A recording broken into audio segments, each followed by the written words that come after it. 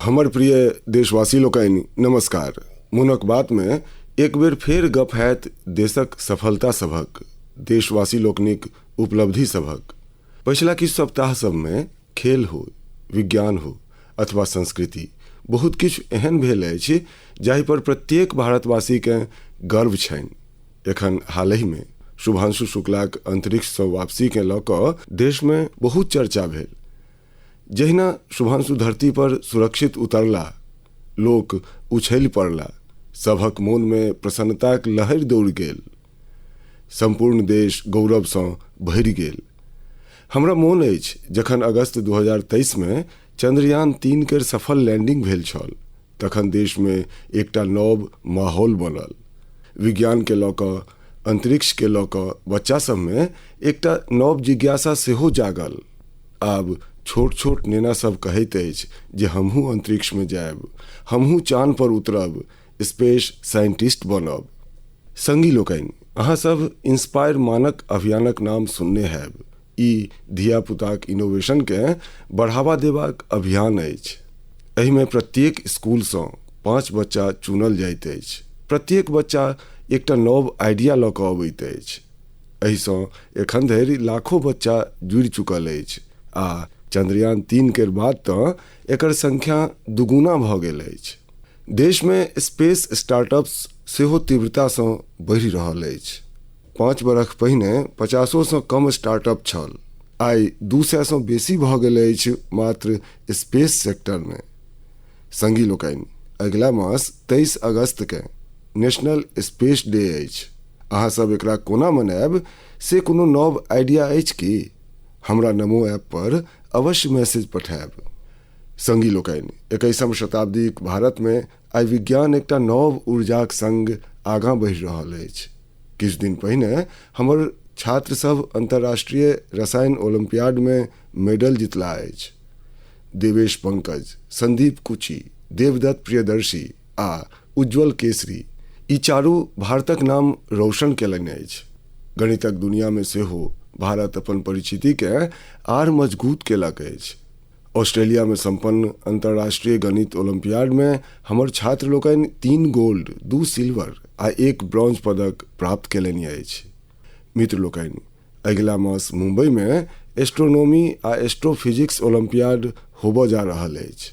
एहि में 60 सँ बेसी देश सभक छात्र औताह, वैज्ञानिक सेहो औताह। ई एखन धरिक सबसँ पैघ ओलंपियाड हैत। एक तरह देखी तऽ भारत आब ओलंपिक आ ओलंपियाड दुनू लेल आगाँ बढ़ि रहल अछि। हमर प्रिय देशवासी लोकनि, हमरा सबके गौरव सँ भरि देबऽवला एकटा आर खबरि आयल अछि यूनेस्को सँ। यूनेस्को 12 मराठा किला सबके वर्ल्ड हेरिटेज साइट्स के रूप में मान्यता देलक अछि। 11 किला महाराष्ट्र में, 1 किला तमिलनाडु में। प्रत्येक किला सँ इतिहासक एक पन्ना जुड़ल अछि। प्रत्येक पाथर एकटा ऐतिहासिक घटनाक गवाह अछि। सलहेरक किला, जतऽ मुगल सभक पराजय भेल छल। शिवनेरी, जतऽ छत्रपति शिवाजी महाराजक जन्म भेल। किला एहन जकरा दुश्मन भेद नहि सकै। खानदेरीक किला, समुद्रक बीच बनल अद्भुत किला। दुश्मन हुनका रोकऽ चाहैत छल, मुदा शिवाजी महाराज असंभव के संभव कऽ कऽ देखा देलनि। प्रतापगढ़क किला, जतऽ अफजल खान पर विजय भेल। ओहि गाथा गुंज आइयो किलाक देवाल में समायल अछि। विजय दुर्ग, जाहि में गुप्त सुरंग सब छल, छत्रपति शिवाजी महाराजक दूरदर्शिताक प्रमाण एहि किला में भेटैत अछि। हम किछु बरख पहिने रायगढ़क भ्रमण केने छलहुँ। छत्रपति शिवाजी महाराजक प्रतिमाक सोझाँ नमन केने छलहुँ। ई अनुभव जीवन भरि हमरा संग रहत। संगी लोकनि, देशक आर भाग सब में सेहो एहने अद्भुत किला सब अछि जे आक्रमण झेललक, खराब मौसमक मारि झेललक, मुदा आत्मसम्मान के कहियो झुकऽ नहीं देलक। राजस्थानक चित्तौड़गढ़क किला, कुंभलगढ़ किला, रणथंभौर किला, आमेर किला, जैसलमेरक किला तऽ विश्व प्रसिद्ध अछि। कर्नाटक में गुलबर्गाक किला सेहो बहुत पैघ अछि। चित्रदुर्गक किलाक विशालता सेहो अहाँ सबके आश्चर्य सँ भरि देत जे ओहि समय में ई किला बनल कोना हैत। संगी लोकनि, उत्तर प्रदेशक बांदा में अछि कालिंजर किला। महमूद गजनबी अनेक बेर एहि किला पर हमला केलक आ सब बेर असफल रहल। बुंदेलखंड में एहन अनेक किला अछि, ग्वालियर, झांसी, दतिया, अजयगढ़, गढ़कुंडार, चंदेरी। ई किला सब मात्र पजेबा पाथर नहीं अछि, ई हमरा सभक संस्कृतिक प्रतीक अछि। संस्कार आ स्वाभिमान आइयो एहि किला सभक ऊंच ऊंच देवाल सबसँ हुल्की मारैत अछि। हम समस्त देशवासी लोकनिसँ आग्रह करैत छी, एहि किला सभक यात्रा करैथि, अपन इतिहास के जानैथि, गौरवक अनुभव करैथि। हमर प्रिय देशवासी लोकनि, अहाँ सब कल्पना करू, एकदम भोरक समय बिहारक मुजफ्फरपुर शहर, तारीख अछि 11 अगस्त 1908। सब गली, सब चौक, सब हलचल ओहि समय जेना थमि गेल छल।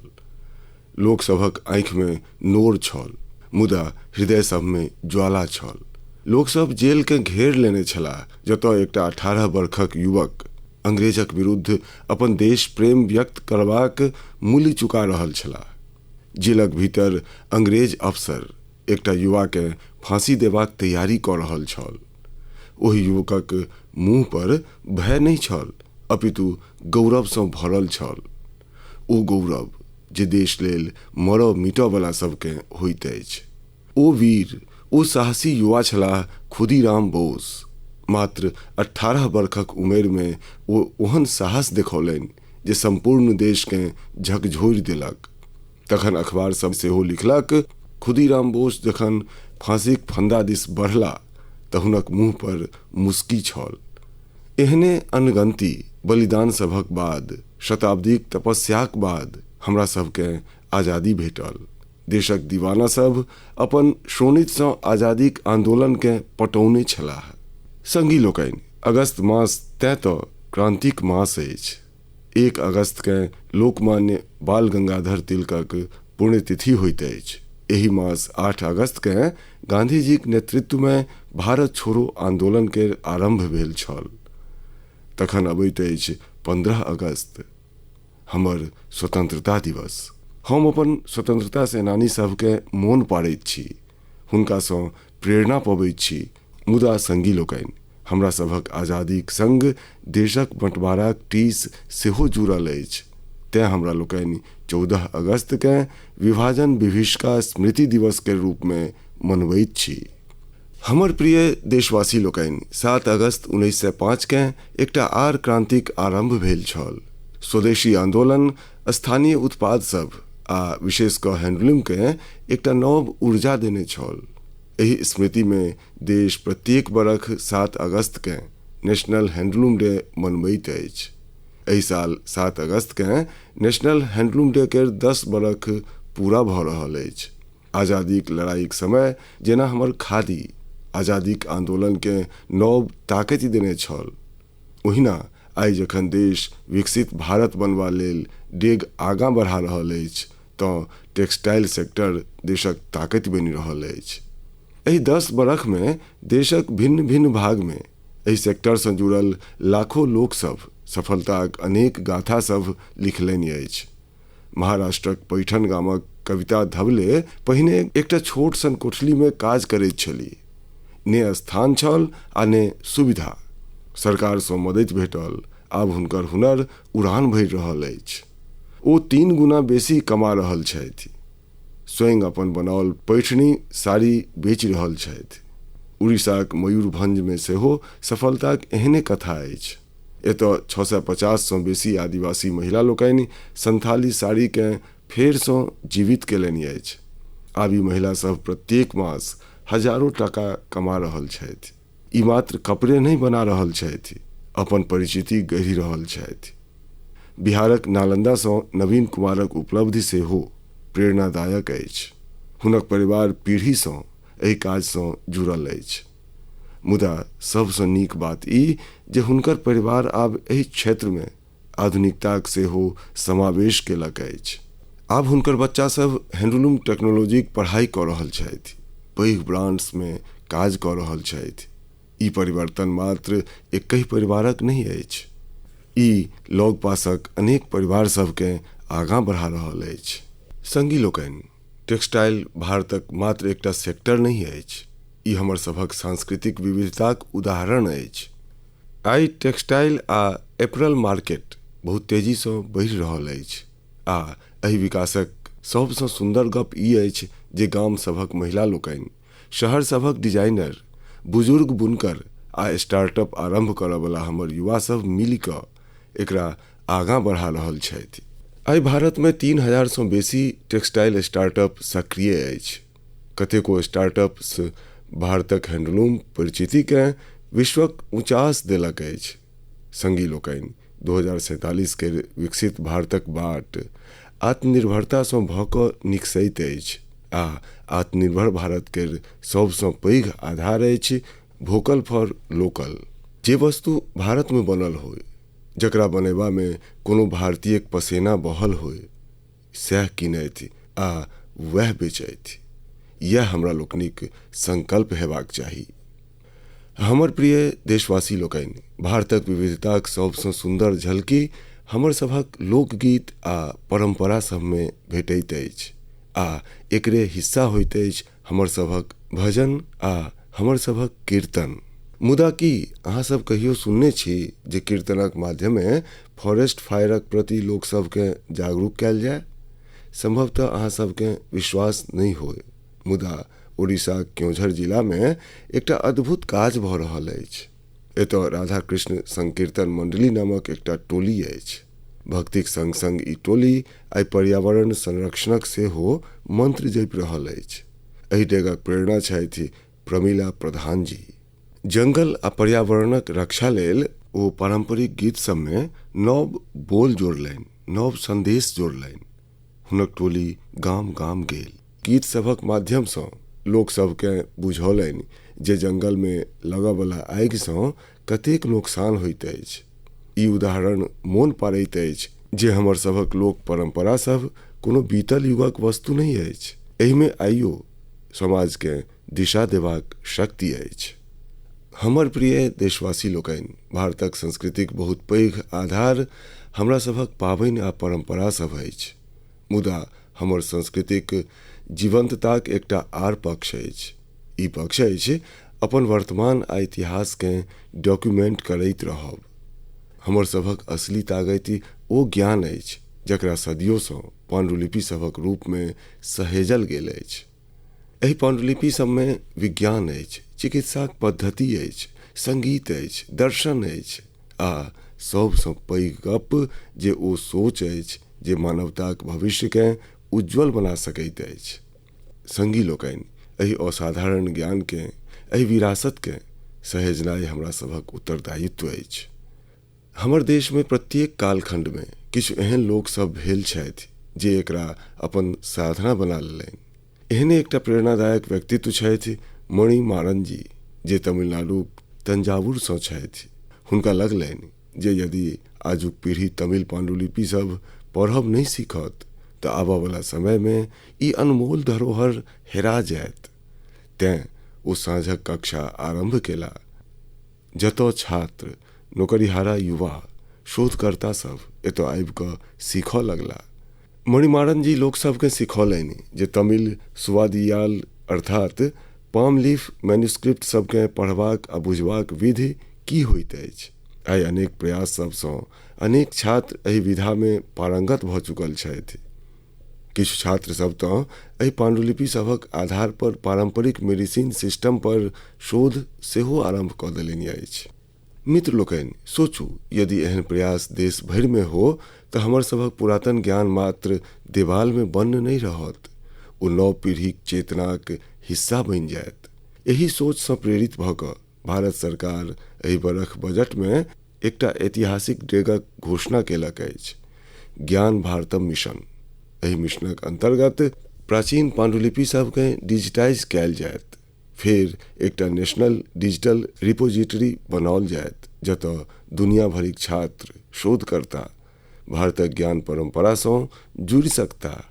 हमर सेहो अहाँ सबसँ आग्रह अछि जे यदि अहाँ सब कोनो एहन प्रयास सँ जुड़ल छी अथवा जुड़ऽ चाहै छी तऽ माईगॉव वा संस्कृति मंत्रालय सँ अवश्य संपर्क करी, कियाक तऽ ई मात्र पांडुलिपि सब नहीं अछि, ई भारतक आत्माक ओ अध्याय अछि जकरा हमरा सबके आबऽ वाला पीढ़ी सबके पढ़ेबाक अछि।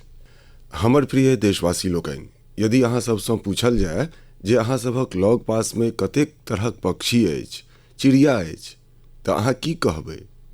संभवतः यह जे हमरा तऽ नित्य 5-6 पक्षी देखाइए जाइत अछि वा चिड़िया देखाइए जाइत अछि। किछु चिन्हल जानल होइत अछि, कोनो अनजान, मुदा ई जाननाइ बहुत मनलगू होइत अछि जे हमरा सभक आसपास पक्षी सभक कोन कोन प्रजाति रहैत अछि। हालहि में एकटा एहने सनगर प्रयास भेल अछि। स्थान अछि असमक काजीरंगा नेशनल पार्क। ओना तऽ ई क्षेत्र अपन गेंडा लेल प्रसिद्ध अछि, मुदा एहि बेर चर्चाक विषय बनल अछि एतुका घासक मैदान आ ओहि में रहयवला चिड़िया सब। एतय पहिल बेर ग्रासलैंड बर्ड सेंसस भेल अछि। अहाँ सबके जानि कऽ प्रसन्नता हैत जे सेंसस के कारणे पक्षी सभक 40 सँ बेसी प्रजाति सभक पहचान भेल अछि। एहि में अनेको दुर्लभ पक्षी सब अछि। अहाँ सोचि रहल हैब जे एतेक पक्षी कोना पहचान में आयल। एहि में टेक्नोलॉजी कमाल केलक। सेंसस केनिहार टीम आवाज रिकॉर्ड करय वाला यंत्र लगौलनि, फिर कंप्यूटर सँ ओहि आवाजक विश्लेषण कैल, AI केर उपयोग कैल। मात्र आवाजे सँ पक्षी सभक पहचान भऽ गेल, सेहो बिना ओकरा डिस्टर्ब केने। सोचू, टेक्नोलॉजी आ संवेदनशीलता जखन एक संग अबैत अछि तऽ प्रकृति के बुझनाइ कतेक आसान आ गहींर भऽ जाइत अछि। हमरा सबके एहन प्रयास सबके बढ़ावा देबाक चाही जाहि सँ हम सब अपन जैव विविधता के चिन्ह सकी आ अगिला पीढ़ी के सेहो एहि सँ जोड़ि सकी। हमर प्रिय देशवासी लोकनि, कखनो कखनो सबसँ पैघ इजोत ओतहि सँ फुटैत अछि जतऽ अन्हार सबसँ बेसी घेरने रहैत अछि। एहने एकटा उदाहरण अछि झारखंडक गुमला जिलाक। एकटा समय छल जखन ई क्षेत्र माओवादी हिंसाक लेल जानल जाइ छल। बासिया ब्लॉकक गाम वीरान भऽ रहल छल।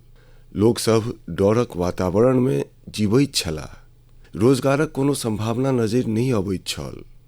जमीन खाली पड़ल छल आ नवयुवक सब पलायन कऽ रहल छलाह। मुदा तखन परिवर्तनक एकटा बहुते शांत आ धैर्य सँ भरल शुरुआत भेल।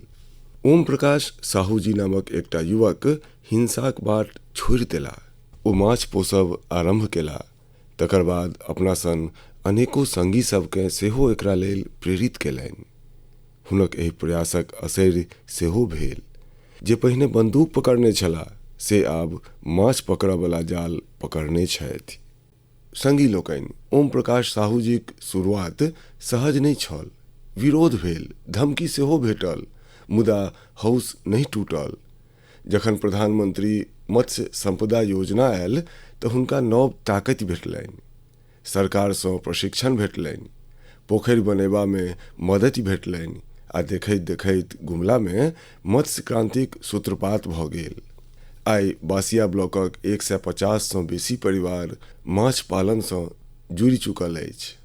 कतेको तऽ एहन लोक छथि जे कहियो नक्सली संगठन में छलाह, आब ओ गामे में सम्मान सँ जीवन जीवि रहल छथि आ दोसर के रोजगार दऽ रहल छथि। गुमलाक ई यात्रा हमरा लोकनि के सिखबैत अछि, यदि बाट सही होय आ मोन में भरोस होय तऽ सबसँ कठिन परिस्थिति में सेहो विकासक दीप जरि सकैत अछि। हमर प्रिय देशवासी लोकनि, की अहाँ सब जनैत छी जे ओलंपिक के बाद सबसँ पैघ खेल आयोजन कोन होइत अछि? एकर उत्तर अछि world police and fire games. विश्व भर केर पुलिसकर्मी, फायर फाइटर्स, सिक्योरिटी सँ जुड़ल लोक, हुनका सभक बीच होबऽ वाला स्पोर्ट्स टूर्नामेंट। एहि बेर ई टूर्नामेंट अमेरिका में भेल आ एहिमे भारत इतिहास रचि देलक। भारत लगभग 600 मेडल जीतलक। 71 देश सब में सँ हमरा लोकनि टॉप 3 में पहुँचलहुँ। ओहि वर्दीधारी सभक मेहनति रंग अनलक जे दिन राति देश लेल ठाढ़ रहै छथि। हमर ई संगी सब आब खेलक मैदान में सेहो झंडा बुलंद कऽ रहला अछि। हम समस्त खिलाड़ी आ कोचिंग टीम के बधाई दैत छी। ओना अहाँ सब लेल ई जानब दिलचस्प हैत जे 2029 में ई गेम्स भारत में हैत। विश्व भरिक खिलाड़ी सब हमर देश औता, हम हुनका भारतक अतिथि सत्कार देखायब, अपन खेल संस्कृति सँ परिचित करायब। संगी लोकनि, विगत दिन हमरा कतेको युवा एथलीट्स आ हुनक माता पिताक संदेश भेटल अछि। एहि में खेलो भारत नीति 2025 केर खूब प्रशंसा कयल गेल अछि। एहि नीतिक लक्ष्य स्पष्ट अछि, भारत के स्पोर्टिंग सुपर पावर बनेनाइ। गाम, गरीब आ बेटी एहि नीतिक प्राथमिकता अछि। स्कूल आ कॉलेज आब खेल के दिनचर्याक जिंदगीक हिस्सा बनायत। खेल सबसँ जुड़ल स्टार्टअप्स, खाए ओ स्पोर्ट्स मैनेजमेंट होय वा मैन्युफैक्चरिंग से जुड़ल होय, हुनका सब तरहक मदद कयल जायत। सोचू, जखन देशक युवा स्वयं के बनाओल रैकेट, बैट आ बॉल के संग खेलायत तऽ आत्मनिर्भरताक मिशन के कतेक बेसी ताकत भेटत। संगी लोकनि, खेल टीम स्पिरिट उत्पन्न करैत अछि। ई फिटनेस, आत्मविश्वास आ एकटा मजबूत भारतक निर्माणक बाट अछि। तें खूब खेलाउ, खूब फुलाउ। हमर प्रिय देशवासी लोकनि, किछु लोककेँ कखनो कखनो कोनो काज असंभव सन लगैत छनि। लगैत अछि जे की ई सेहो भऽ पाओत। मुदा जखन देश एक सोच पर एक संग आबि जाय तऽ असंभव सेहो संभव भऽ जाइत अछि। स्वच्छ भारत मिशन एकर सबसँ पैघ उदाहरण अछि। शीघ्रे एहि मिशनक 11 बरख पूर्ण हैत, मुदा एकर ताकत आ एकर आवश्यकता आइयो ओहने अछि। एहि 11 बरख में स्वच्छ भारत मिशन एकटा जन आंदोलन बनि गेल अछि। लोक एकरा अपन कर्तव्य मानै छथि आ यह तऽ असली जन भागीदारी अछि। मित्र लोकनि, प्रत्येक बरख होबयवला स्वच्छ सर्वेक्षण एहि भावना के आर बढ़ौलक अछि। एहि साल देश में 4500 सँ बेसी शहर आ कस्बा एहि सँ जुड़ल। 15 करोड़ सँ बेसी लोक सब एहि में भाग लेलनि। ई कोनो सामान्य संख्या नहीं अछि, ई स्वच्छ भारतक आवाज अछि। संगी लोकनि, स्वच्छता के लऽ कऽ हमरा लोकनिक शहर आ कस्बा अपन आवश्यकता आ वातावरणक हिसाब सँ भिन्न भिन्न ढंग सँ काज कऽ रहल अछि। आ एकर प्रभाव मात्र एहि शहरे धरि नहीं अछि, संपूर्ण देश एहि तरीका के अपना रहल अछि। उत्तराखंडक कीर्तिनगरक लोक सब पहाड़ सब में वेस्ट मैनेजमेंट के नव उदाहरण कायम कऽ रहल छथि। एहिना बेंगलुरु में टेक्नोलॉजी सँ ऑर्गेनिक वेस्ट मैनेजमेंटक काज भऽ रहल अछि। अरुणाचल में एकटा छोट सन शहर रोइंग अछि।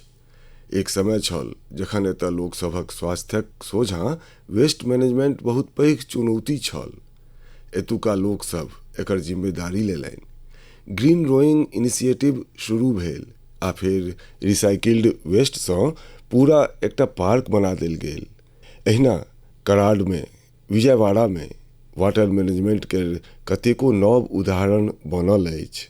अहमदाबाद में रिवर फ्रंट पर सफाई सेहो सभक ध्यान आकृष्ट केलक अछि।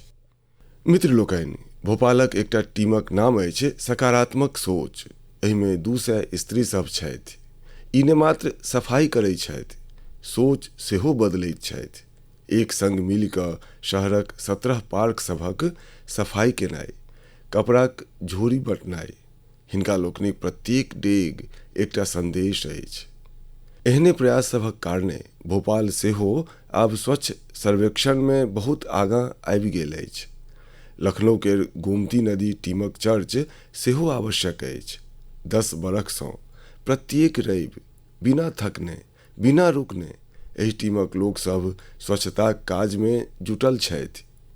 छत्तीसगढ़क बिल्हाक उदाहरण सेहो सनगर अछि। एतऽ महिला लोकनि के वेस्ट मैनेजमेंटक प्रशिक्षण देल गेल आ ओ सब मिल कऽ शहरक चित्रे बदलि देलनि। गोवाक पणजी शहरक उदाहरण सेहो प्रेरक अछि।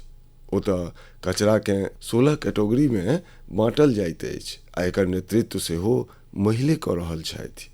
पणजी के तऽ राष्ट्रपति पुरस्कार सेहो भेटल अछि। संगी लोकनि, स्वच्छता मात्र एक समयक, एक दिनक काज नहीं अछि। जखन हमरा लोकनि साल में प्रत्येक दिन, प्रत्येक क्षण स्वच्छता के प्राथमिकता देबै, तखने देश स्वच्छ रहि सकत। मित्र लोकनि, सावनक फुहारक मध्य देश एक बेर फेर पावनि सभक रौनक सँ सजऽ जा रहल अछि। आइ हरियाली तीज अछि, फेर नाग पंचमी आ रक्षाबंधन, फेर जन्माष्टमी, हमरा सभक नटखट कान्हाक जन्मक उत्सव। ई सब पावनि एतऽ हमरा लोकनिक भावना सबसँ जुड़ल अछि। ई हमर प्रकृति सँ जुड़ाव आ संतुलनक सेहो संदेश दैत अछि। अहाँ सबके एहि पावन पर्व सभक बहुत रास शुभकामना। हमर प्रिय देशवासी लोकनि, अपन विचार आ अनुभव साझा करैत रही। अगिला मास फेर भेटब देशवासी लोकनिक किछु आर नव उपलब्धि आ प्रेरणा सभक संग। अपन ध्यान राखू। बहुत बहुत धन्यवाद।